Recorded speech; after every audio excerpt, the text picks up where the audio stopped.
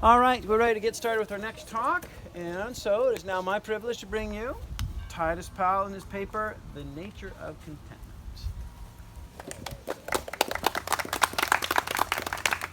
A prominent desire that every individual has is to become content with this life. While all people yearn for satisfaction, they have different views regarding the nature of happiness. In response to these separate views, various philosophers have attempted to identify the true nature of contentment. Many great minds have endeavored to understand the satisfaction that people so long for. Three philosophers that have provided leading arguments to this cause are Aristotle, Blaise Pascal, and Immanuel Kant. The philosopher Aristotle proposed an argument that contentment is the end of all activity. With this understanding, he stated that an individual will reach this end when he partakes in virtuous activity. Pascal expressed his own views regarding contentment when he assessed that happiness consists in being joyful in the truth. He believed that one will live a happy life if he rejoices in God's truth. Finally, Kant relayed the idea of happiness being the total satisfaction of all of one's desires. In spite of this definition, he also understood that happiness is an indefinite idea. Each of these philosophers made their arguments by observing what will fulfill one's desire for contentment. By investigating the desires that one has towards contentment, they attempted to determine the solution to their desires. While each philosopher has presented a different idea regarding the nature of happiness, it can be observed that they all considered it that the attainment of it was part of one's purpose in life. Although they each expressed a different idea regarding what one's purpose is, it can be shown that they all thought that happiness is ultimately found in God. Indeed, by investigating each philosopher's ideas regarding the nature of happiness, it becomes apparent that they all thought that happiness lies in God. In viewing Aristotle's idea of contentment, it appears that he believed that happiness is the end of activity. He affirmed that happiness is final as it is solely desirable for its own sake. Aristotle reasoned that this is the case as one chooses happiness only for itself rather than for the sake of anything else. Aristotle illustrated this connection when he ventured that there are numerous qualities that are chosen only for themselves to make an individual happy. Aristotle's opinion is expressed well when he stated that, now such a thing as happiness, above all else, is held to be. For this we choose always indeed for itself and never for the sake of something else. But honor, pleasure, reason, and every virtue we choose indeed for themselves. For if nothing resulted from them, we should still choose each of them. But we choose them also for the sake of happiness. In addition to this, Aristotle submitted that happiness is an end because it is self-sufficient. He believed that this end by itself provides one with a fulfilling life that is in need of nothing else. Aristotle reasoned that it is self-sufficient, he wrote. The self-sufficient we now define as that which when isolated makes life desirable and lacking in nothing. And such we think happiness to be. And further, we think it most desirable of all things. Aristotle furthermore illustrated that happiness is an end by observing the pursuit of money. While money is commonly viewed as a source of happiness, Aristotle objected that it cannot provide contentment as it is always chosen for the sake of something else. He assessed that money does not satisfy one as it is only used to purchase other things. Aristotle's belief that happiness is an end illustrates that one can find satisfaction in God. As God provides one with a self-sufficient life, an individual can find contentment in Him. Overall, Aristotle concluded that happiness is a self-sufficient end as it is only desirable in itself. With his previous assertion, Aristotle stated that happiness consists of virtuous activity. Aristotle affirmed that executing virtuous deeds provides one with contentment as it is a self-sufficient activity. He reasoned that it fulfills an individual by observing that performing virtuous deeds is only desirable for its own sake. Aristotle's position is made apparent when he claims, "Now those activities are desirable in themselves from which nothing is sought beyond the activity, and of this nature virtuous actions are thought to be, for to do noble and good deeds is a thing desirable for its own sake." In specific, Aristotle considered that the virtue of contemplation provides an individual with contentment. This is the case as he believed that it is the greatest act an individual can perform, and it is also the most continuous. Furthermore, Aristotle observed that contemplation is a pleasant endeavor, which he considered is essential to living a happy life. This point is illustrated when Aristotle stated, "We think happiness has pleasure mingled with it, but the activity of philosophical wisdom is admittedly the pleasantness of virtuous activities. At all events, the pursuit of it is thought to offer pleasures marvelous for their purity and their enduringness, and it is to be expected that those who know will pass their time more pleasantly than those who inquire." Aristotle expounded that one should specifically contemplate a divine being, as it is the highest subject of inquiry in existence. While contemplation of divinity is the most ideal inquiry, Aristotle admits that no one is capable of doing so completely. Nevertheless, Aristotle exhorts individuals to strive to understand this divinity as well as they are able to. Aristotle's belief that the contemplation of a divine being produces contentment illustrates that God provides one with happiness. Mainly, Aristotle asserts that it is the thoughts about God that produce happiness in individuals. In conclusion, Aristotle declared that the virtuous act of contemplation will provide an individual with contentment. Titus, I need to pause for just a moment. Lorena and Hannah, can you guys go to the other side of the rock if you're going to talk? We can hear you. Thank you. Unpush pause. In Pascal's opinion, he considered that happiness consists in being joyful in the truth. Pascal submitted that all individuals have a natural desire to understand their true good. He later identified this true good to lie in none other than God alone. As God is man's true good, he reasoned that one can never find contentment in anything other than him. Pascal's point can be further illustrated by the philosopher Augustine, who affirmed that having joy in the truth is a happy life that all men desire to live. He argued this from a simple observation that any person wants to be joyous in the truth rather than in falsity. As this is the case, the happiness that men so long for must involve being joyous in the truth. Augustine expressed this idea well when he stated, "I have known many men who would like to deceive, but no one who wants to be deceived. Where then can they know this happy life, except where they know truth as well?" Augustine concluded that man's love of happiness reflects his passion for the truth. He identified this joy in the truth to be the act of rejoicing in the knowledge of God.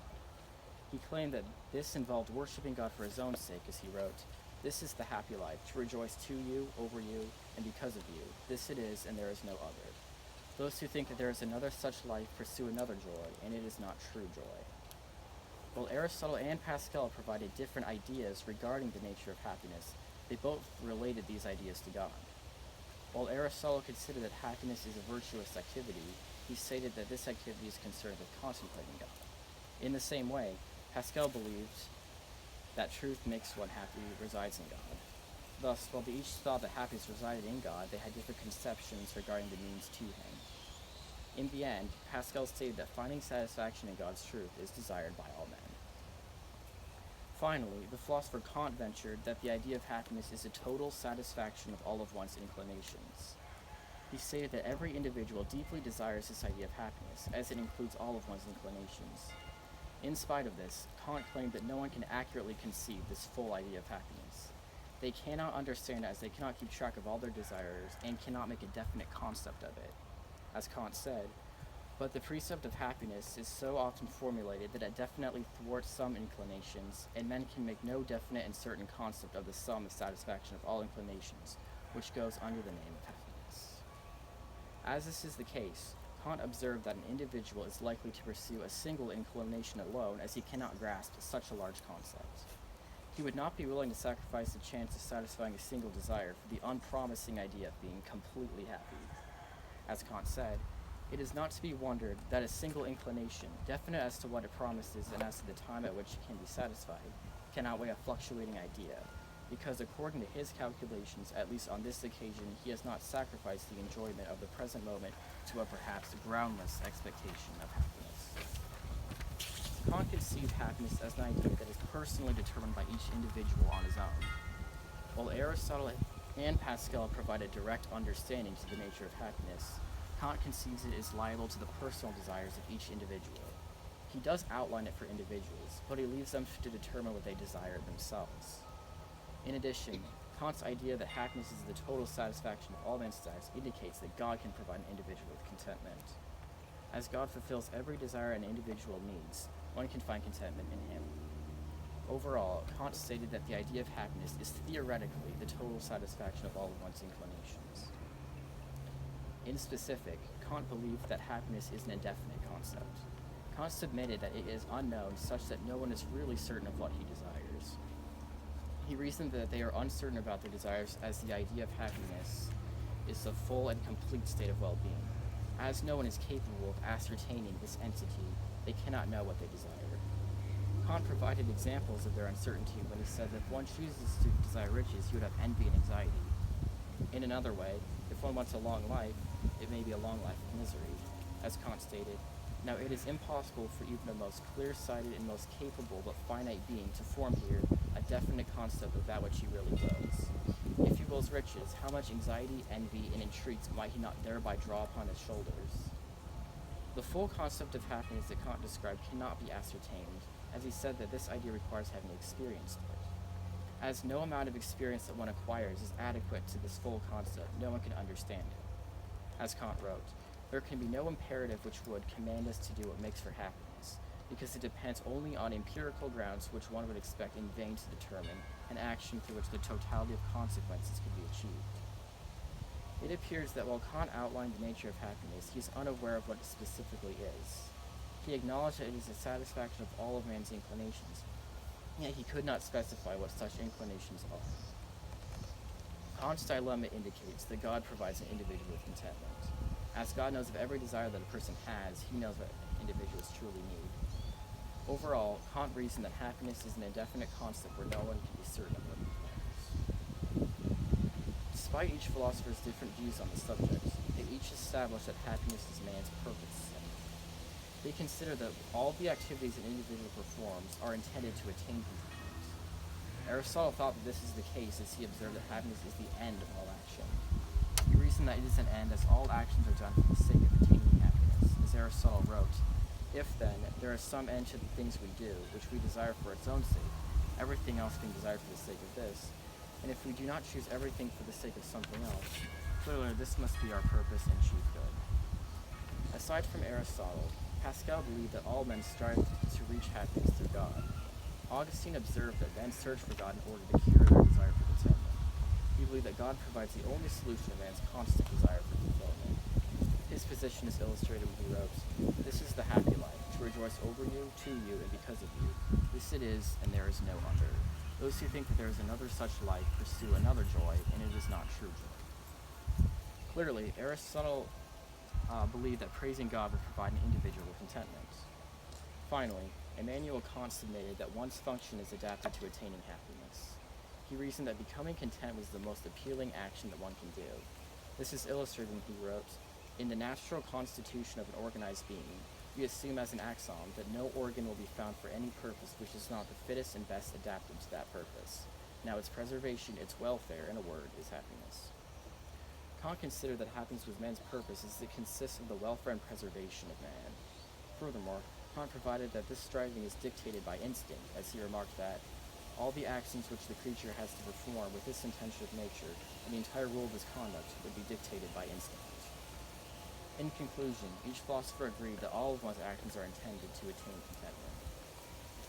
In addition, these philosophers all agreed that happiness is ultimately found in God. Each philosopher's arguments provided a different way to find contentment in him. They had a different opinion regarding what an individual must have to be happy in God. In Aristotle's case, he believed that enacting the virtue of contemplating a divine being would make an individual happy. He considered that it provides contentment as it is the most noble and divine action an individual can perform. Aristotle illustrated this fact when he remarked, "For contemplation is both the highest form of activity, since the intellect is the highest thing in us, and the objects that it apprehends are the highest things that can be known, and also it is the most continuous, because we are more capable of continuous contemplation than we are of any practical activity." Alternatively, Pascal argued that the way to find contentment in God was by rejoicing in his truth. He relayed that the joy of worshiping God is the only contentment man can have. He argued this by determining that the truth that makes an individual happy is found in God. Pascal's point is made clear when he remarked, "Far be it from the heart of your servant who confesses to you, far be it that, no matter with what joy I may rejoice, I should think myself happy. There is a joy that is not granted to the wicked, but only to those who worship you for your own sake and for whom you yourself are joy." Finally, Kant believed that the knowledge of God's infinitude is the way to find happiness in him. Kant relayed that happiness is an ideal concept that requires an infinite idea to understand. As this is the case, God's infinitude is the only applicable concept that can make an individual content. Although Kant thought that the knowledge of God's infinitude can provide contentment, understanding this is impossible. It is apparent that Kant's idea of happiness is thus theoretical and cannot be obtained. Overall, each philosopher established that one must pursue God in a certain way in order to be content. As the theologian Pascal wrote, He tries in vain to fill with everything around him, seeking in things that are not there the help he cannot find, and those that are, though none can help, since this infinite abyss can be filled only with an infinite and immutable object, in other words, by God himself. Whether it be through contemplation, rejoicing in his truth, or trying to grasp his infinitude, each philosopher believed that happiness can be found in God. In conclusion, each of these philosophers have provided arguments for their identification of happiness. They attempted to recognize the satisfaction that individuals are searching for. Aristotle proposed the argument that happiness is the final end of all activity. He further analyzed this from his argument that partaking in virtuous activity will cause an individual to feel content. Alternatively, Pascal argued happiness comes from the life of rejoicing in the truth. He believed that the joy of worshiping in God's truth will provide an individual with contentment. Finally, Kant believed that happiness is the sum total of all an individual's desires. Despite this belief, Kant believed that happiness is an indefinite concept. Each of these philosophers made their arguments by observing what all people desire. By investigating the desires that people have towards contentment, they identified where the satisfaction can be found. While each philosopher had a different argument on the subject, it is apparent that they all consider that happiness to be a part of man's purpose in life. In specific, these philosophers agreed that happiness ultimately comes from God. Each philosopher provided a different way that one can find contentment in him. They each argued that contemplating a certain aspect of God would make you content. Aristotle thought that this was contemplating his divine nature, Augustine thought it was rejoicing in his truth, and Kant thought it was understanding his infinitude. Despite these differences, each philosopher believed that happiness is ultimately found in one being, God.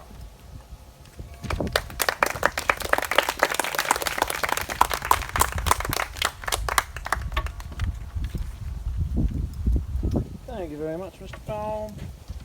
One of the dangers that always comes with quoting Immanuel Kant is that you'll be asked to clarify his quotations, and that's always a bit of a challenge. And the quote I'd like you to clarify is the following. We said, as Kant wrote, there can be no imperative which would command us to do what makes for happiness, because it depends only on empirical grounds which one would expect in vain to determine an action through which the totality of consequences could be achieved. All right. Could you expound upon that quotation more for us, please?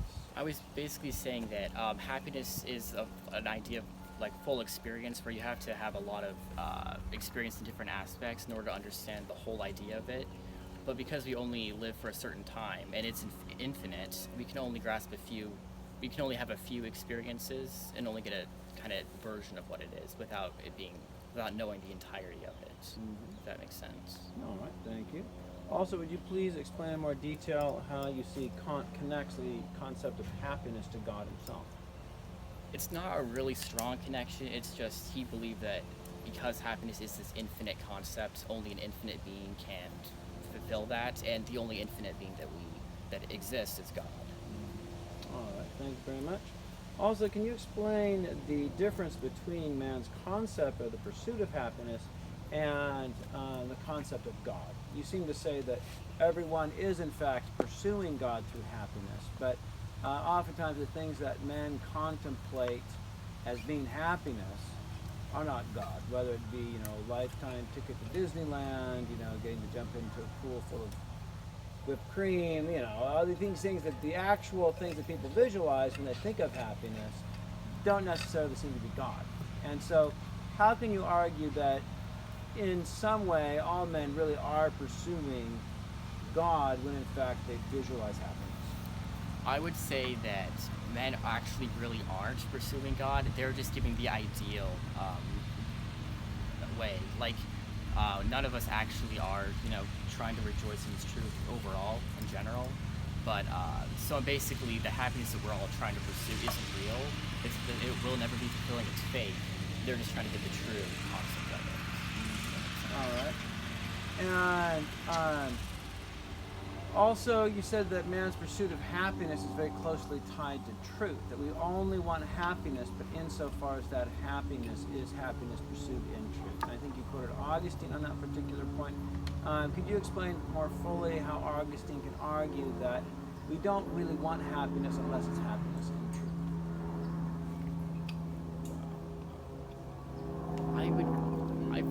I think you can feel, like the people that wouldn't know the truth can think it is real, but I guess I'm just saying in actuality it's not real happiness because it's a delusion. Like in order for them to be truly happy, it has to be real. It can't just be an idea in their head that they're happy.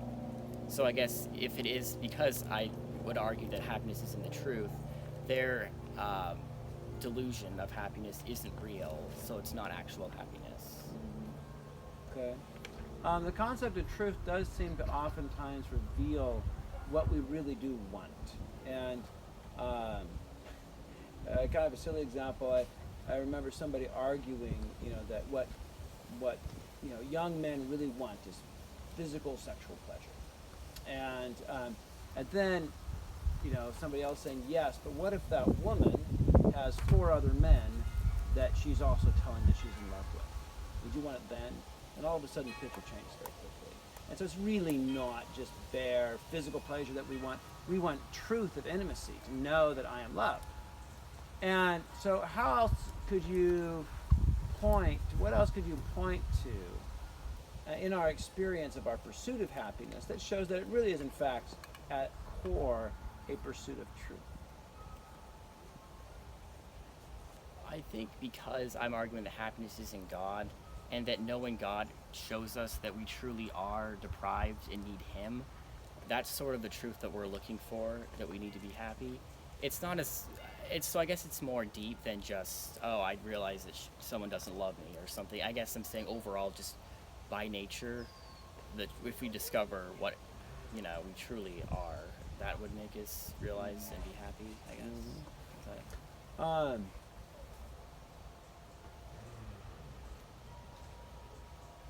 I forgot the next question I was going to ask you. So, we'll go to other questions for Mr. Powell. Dawson. So you say that the real happiness, that's not the fake happiness, is connected to truth. So would you say after the fall we lost truth? Yes, I think that we were happy before the fall, and then we became unhappy after it. So what do you think will be the distinction between the happiness before the fall and the happiness after redemption? I feel like we'll return to where we were before the fall, realizing, with redemption. So I feel like they'd be the same, probably.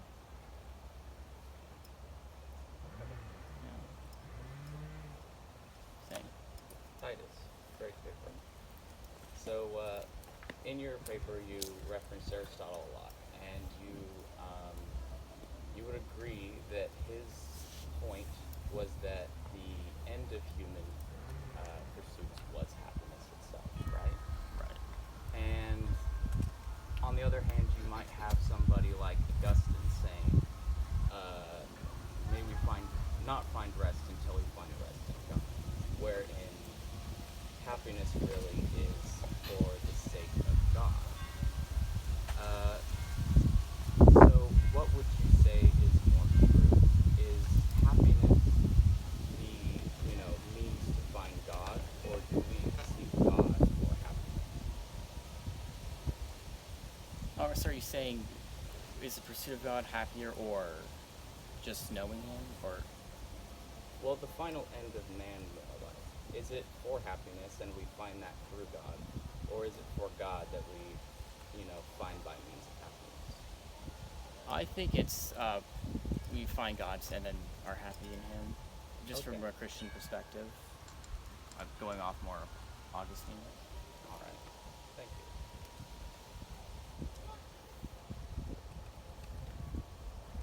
I was wondering if you think somebody can find happiness through believing in a different God, because in their mind, that would be, okay, I'm going to go to heaven, I found the truth, or would somehow just because they are not connected with the true God, would that somehow make them not truly happy? I think that you can only find it in the God we believe in, because I don't think there's any other religion that believes that we truly are as deprived as we really are. Because I think the happiness is found in our realizing our actual depravity. You can't find it in another God, because, they're always saying, that you have to be good and you'll, Does that kind of answer your question? Yeah, but, I mean, couldn't in a way you be more happy happy if, let's say, you don't think you're deprived, you think you're a good person, your religion tells you you're a good person, let's say you're a spiritual leader or whatever, is that not, could you not be more happy that way because you're so favored by your God? Or does it need to be you find God and therefore God puts happiness into you, or is it just the finding of God itself? I would say that because we do realize that we, like, even I think the people that think they are good realize deeply that they're not. So I feel like it's not possible to ever think you are a good person and be happy with that. Does that make any sense?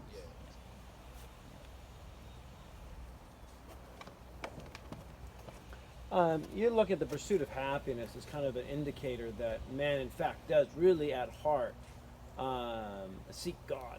And it's a good indicator that man has a longing for God, even when he doesn't consciously find himself aware that he's seeking God. In his kind of confused pursuit of happiness, he's really seeking after attributes of God. Well, Pascal seems to give kind of a different position when he says that what we really desire is diversion, and that oftentimes the pursuit of our happiness is a pursuit of diversion, which is precisely a way to get away from that deep internal dissatisfaction and despair in our hearts. And so, are these two positions contradictory? Kind of Augustine saying we pursue happiness because we're really trying to seek God, and Pascal saying we seek diversion to keep ourselves from asking those hard questions that would lead us to God. Well, I would say probably that just knowing God kind of gives you that sense of reliance and security that he'll kind of work everything out for you. So maybe we can't have hard questions like Pascal was saying, but I think knowing God, we can kind of rest and not worry about answering them, kind of. If that answers your question. Thank you. Other questions?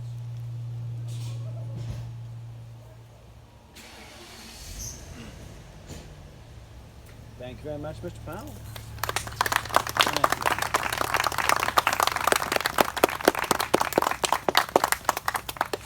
And Alexander Lawson will be up just shortly.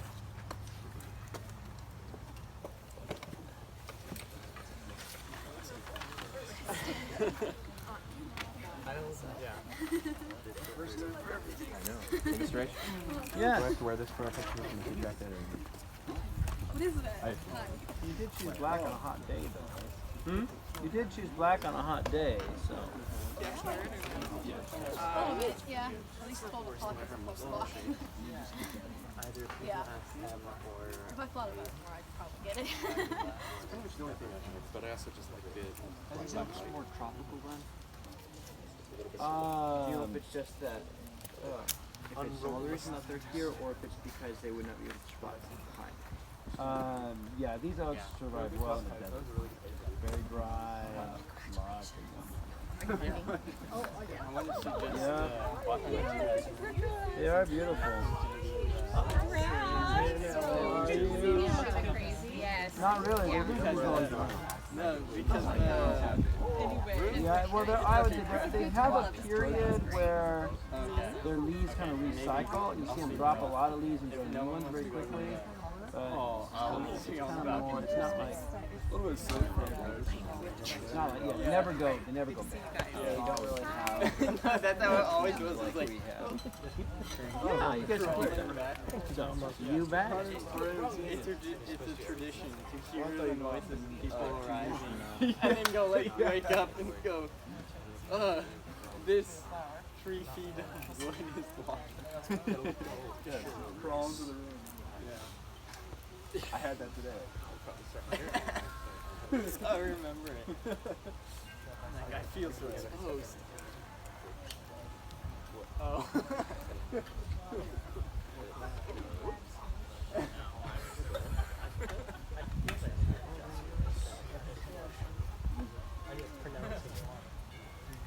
Mr. H. Yeah, Zane, how you doing? Been doing all right. Good. You're up at San Luis Obispo, right? No, San Diego State, San Diego State. which technically I'm just at home on my computer now. Yeah, you don't want to get sick. You can't have anybody get sick, you know.